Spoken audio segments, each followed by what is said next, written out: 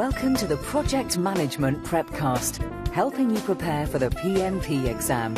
Here's your instructor, Cornelius Fichtner.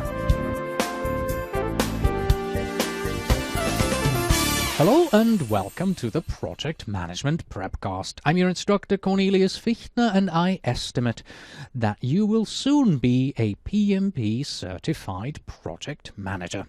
The estimate cost process is the focus of this lesson, where quality cost estimates are the foundation for good project control.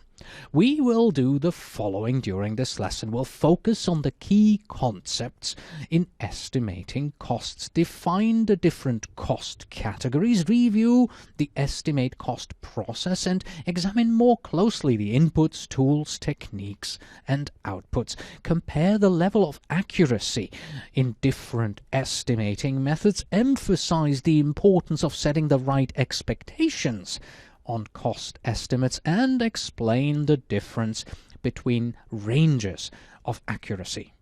This lesson has two parts, and we split it right in the middle, as you will see. The overview and inputs are in part 1, and the tools, techniques, and outputs, and also a quick review, are in part 2. So let's get going with a definition of the project cost management knowledge area. It includes the processes that are involved in planning, estimating, budgeting, financing, funding, and managing and controlling costs so that the project can be completed within the appropriate budget. The knowledge area has 4 processes, and as with most knowledge areas, it begins with planning. Here in particular, the process is called Plan Cost Management, the process that establishes the policies, procedures, and documents for managing, expending, and controlling project cost. This process was the focus of the last lesson that you have probably watched. Right now, we are going to be focusing on estimate costs. This is the process of developing an approximation of the monetary resources needed to complete the project activities, or in regular English, how much is this going to cost us? And once we know the answer to that question and we can say how much it's actually going to cost us, we are going to have to set up a budget in the determine budget process. That's the process of aggregating the estimated cost of individual activities or work packages to establish an authorized cost baseline. And of course, we also want to make sure that we don't deviate too far from our cost estimates and from our budget. That's what the control costs process is here for. That's the process of monitoring the status of the project to update the project costs and manage changes to the cost baseline. The important fact to remember in regards to, well, into which process group do all of the processes here fall is simply this. The first 3 processes, they are all planning processes, and the last one, control cost, is a monitoring and controlling process. The main concept that you should remember for estimate costs is that the key benefit and objective is that you will approximate the resources and related costs to complete the project. Well, you'll answer the question, how much is this project going to cost us? And to do this, we must consider all types of costs which you would expect will be charged to the project, such as the cost of labor, materials, equipment, and facilities. A large cost component, the direct cost, but do not forget any indirect costs as well, and special categories of costs like financing, inflation, and contingency costs. Costs can be shown at the activity level or in summary form. And in order to estimate the costs needed for each scheduled activity, you need to understand the scope and resources that are involved. As such, the estimate cost process has close ties and needs to be coordinated with the estimate activity resources process. A change in estimates in activity and activity resources affects the cost estimates. And this is, of course, a good moment to take a look more closely at how estimating time and estimating cost go very much hand in hand. So, the combined results of the processes estimate activity resources, which is in time management, estimate activity duration, also in time management, and estimate costs, which is obviously this process here in cost management. They will tell you who will work on this project, how long they will work on this project, and how much will the project actually cost. And once again, we see the concept that these processes may be described as separate entities in the PMBOK guide, but they are in fact very much intertwined. This is important to remember and understand. The term to estimate can be interpreted in many ways. So to clarify what we mean when we use estimate with regards to cost, here's the definition from the PMBOK guide. A quantitative assessment of the likely amount or outcome, usually applied to project costs, resources, effort and duration, and is usually preceded by a modifier, that is to say preliminary, conceptual, feasibility, order of magnitude, definitive. It should always include some indication of accuracy, plus minus X%. Keep this definition in mind as we go through the rest of this lesson. As the definition states, in estimating one has to make a quantitative assessment of the likely amount or outcome. So inherent then in estimating cost is a choice among different alternative paths. To do this, you need to predict the costs related to a specific path that you have chosen. In doing so, you need to consider related risks and trade-offs. For example, you need to consider risks and trade-offs in make versus buy or make versus lease decisions. You might choose to share resources with other projects, with other project managers, or you may even outsource labor, which, for example, may reduce cost but introduce other risks, which should be considered. Estimating costs is iterative. Estimates are only as good as the assumptions and details on which they are based, and just as these assumptions and these details are subject to change, cost estimates are subject to change as well and must be reviewed and refined as you go through the project. Refinement of cost estimates, that's part of progressive elaboration. Usually, when making an estimate, it is broken down into the following categories in order to better report, manage, and control cost. First of all, we have the direct costs.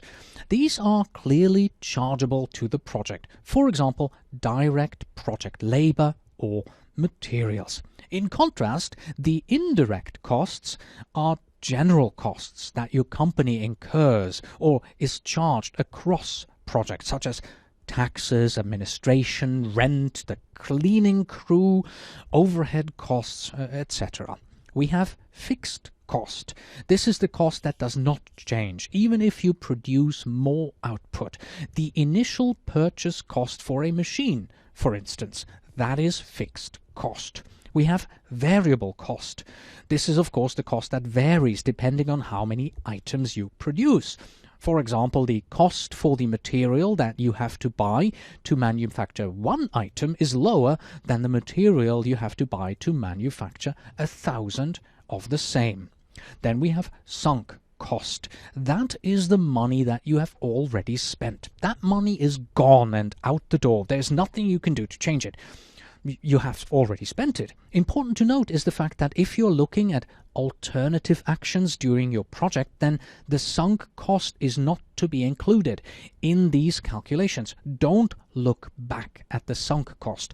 Look forward. And finally, opportunity cost. This is the potential cost when you select one alternative and giving up the benefits of the other alternative. let's look at figure 7-4 from the PMBOK guide, which is our overview of the inputs, tools, techniques and outputs of the estimate cost process. As you can see here, we have 7 inputs, 10 tools and techniques and 3 outputs. The cost management plan that is developed in the previous process, plan cost management, is used as one of the inputs in order to estimate cost. But as you can see, there are many others. So let's take a closer look at each of these ITTOs and move from here. So here are the 7 inputs to this process: the cost management plan, the human resources management plan, the scope baseline, the project schedule, the risk register, the enterprise environmental factors, and the organizational process assets. As we discuss these in the upcoming slides, let's ask ourselves the following questions for each of them.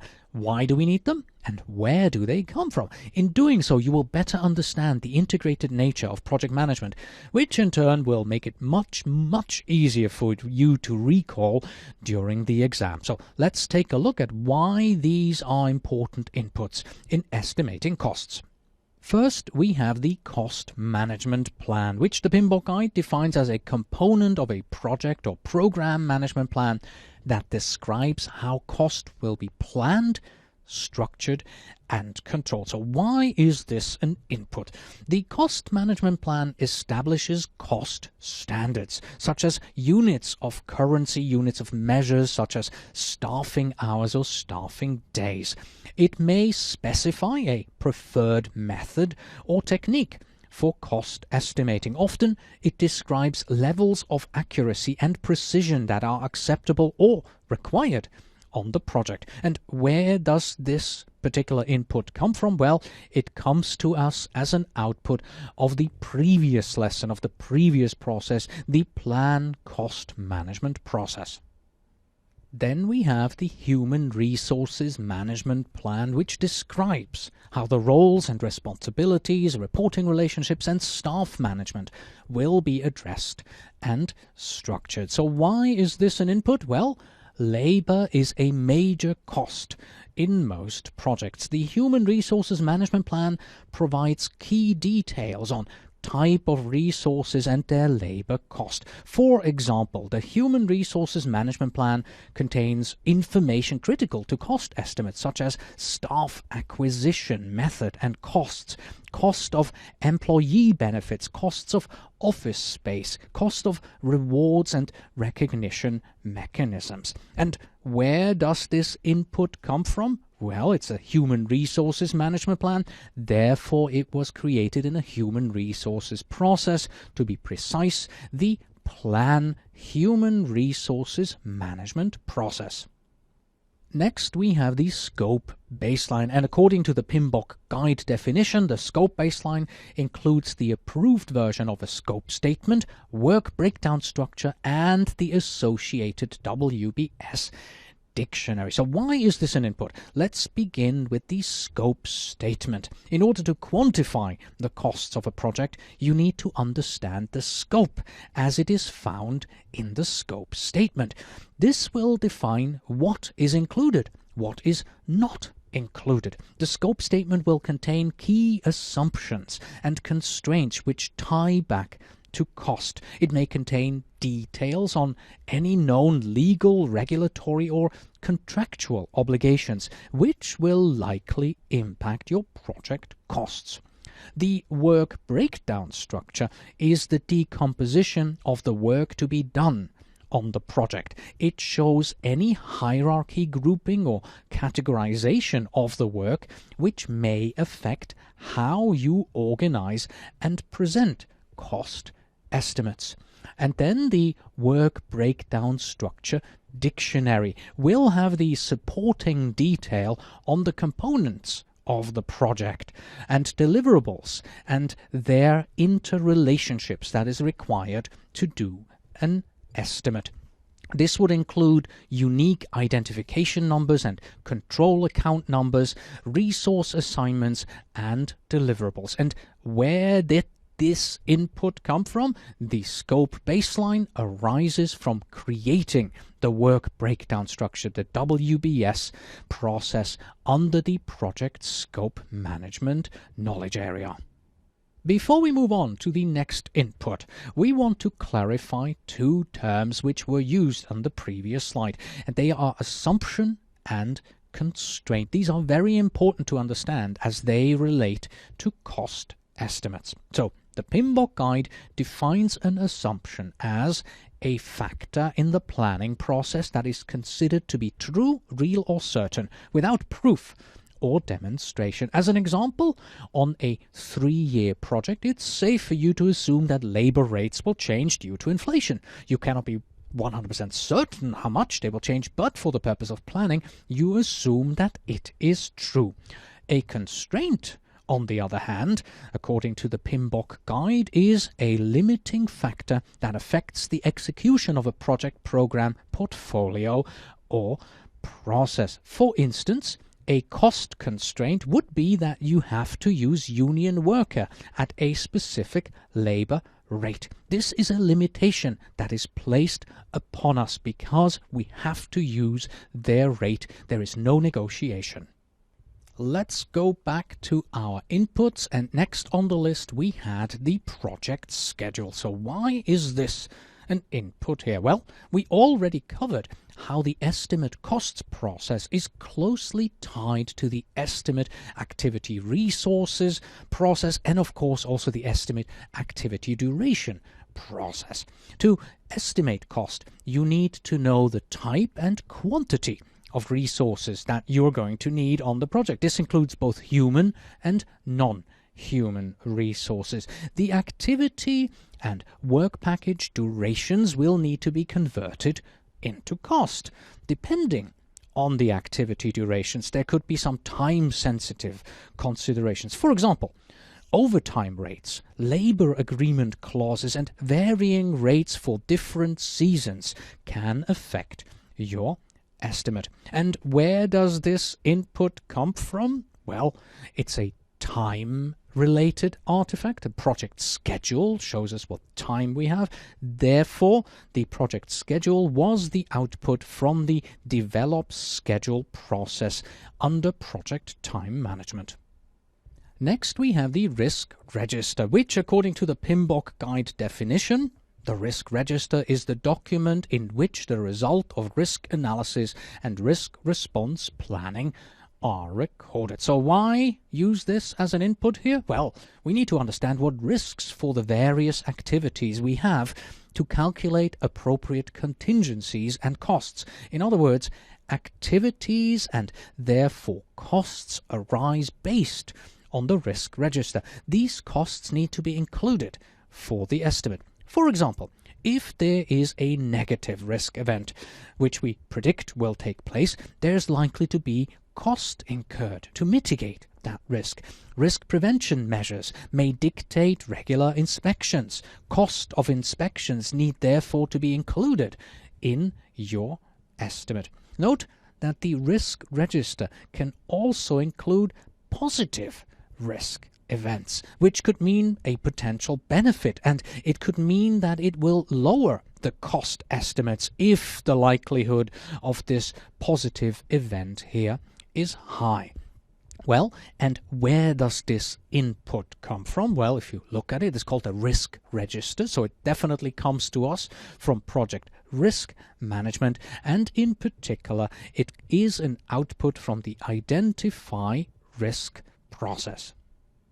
In regards to the enterprise environmental factors, here in estimating costs, there are both external and internal factors that we need to consider. Let's begin with the external factors. For market conditions, we need to consider the terms and conditions of products and services that are available in the market. We need to estimate costs for labor, materials, and other resources that are required for our project. We need to look at published commercial information databases, which contain resource rates that can be used for detailed estimating. There may be different databases available, and you need to know which of these are used by your company and are applicable to your project. Inflation is also something to consider, because depending on your location, and especially for a multi-year project, inflation can significantly affect your estimates. If you need to import resources, changes in currency exchange can cause fluctuations in your cost. And apart from these external factors, we should not forget that there are also factors internal to an organization to consider. For instance, if our project purchases internally produced materials, then we need to know the rates, terms, and conditions for those materials. And we definitely want to know our internal labor rates. We also need to understand how our organization is structured and its culture. That will impact the cost estimate. This can influence the attitude and importance placed on the cost estimate and how they are used for managing projects. Our final input are the organizational process assets, and some of these that can influence the estimate cost process are financial control procedures, financial databases, policies, procedures, and guidelines that are relating to cost estimating and budgeting, historical information, and of course, let's not forget lessons learned from other projects and other project managers. Here it's worth noting that these organizational process assets, they define how companies themselves have an approach in how they estimate costs, and this is documented and defined in these organizational process assets. So before you embark on estimating your cost, make sure you know how your company does it, how you're supposed to do it on your project. And with that, we have reached the end of part 1 in this lesson here on estimate costs, which means that we'll see you in just a bit. Justine? Think on me while you're gone. Until next time.